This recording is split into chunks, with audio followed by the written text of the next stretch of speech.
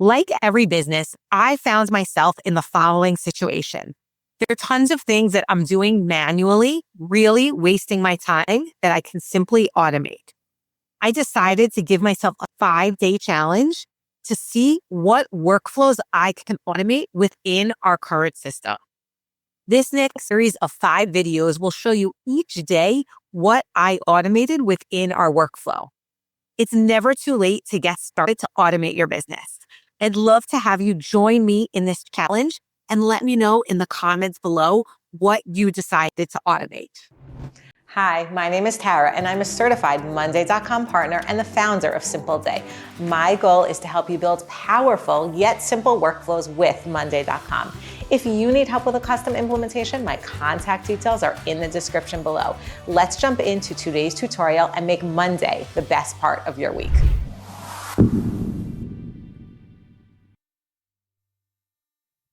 Today's automation in my automation challenge is actually just one step of a larger process of integrating 2 different tools that I'm using. I'm using Monday.com to track all of my leads and my potential deals, but I'm actually sending out proposals to those people in a tool called Anchor. Anchor is an amazing tool, and I have a link below that allows you to send out proposals. But more than that, you can actually bill the clients directly through that tool. You can update contracts really easily, and you basically have automated billing. So it saves me tons and tons of times. I recommend you checking it out on a separate note, nothing to do with this video. Now, what happens is that if I need to send out a proposal from within Anchor, Anchor obviously needs the name of the person that I'm sending it to, the email address, and the company name for the proposal. I used to manually have to enter in all of this information, and I'm going to show you how I did it. And now that I set up a make scenario, the contact information is automatically added to Anchor. So let me show you what I used to do. If you see here, on my CRM deals board, I have the name of an active deal, the company, and the email.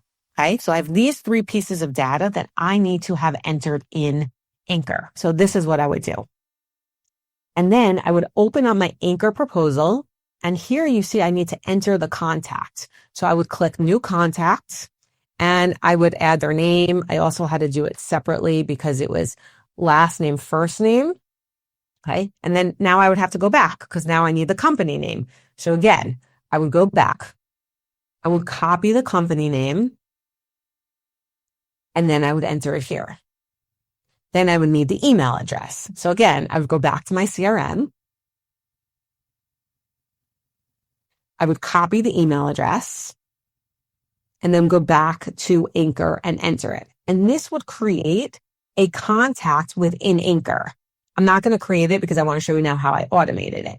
But once I create that, then I can start filling in the rest of my proposal. And we're going to head back to the Monday CRM. This is what I did. We have a make scenario that says, whenever status changes to send proposal, it's going to automatically send this information to Anchor. So watch what happens. I'm going to hit send proposal. I'm back in Anchor, and now I'm going to search for Jesse. And you can see that Jesse's here. All of the information is automatically here. If I want to hit edit, see it automatically brought in the first name, last name, company name, and email address. So instead of having to go back and forth 3 times, or really 4 because it's first name, last name, company, and email, I just change the status to send proposal, and it automatically sends the contact information from Monday.com to Anchor. So that way I can add it to my proposal. Pretty cool, right? Hit the like button if you enjoyed this video, and remember to subscribe to receive tips and tricks on how to use Monday.com. Thanks so much for watching, and I'll see you soon.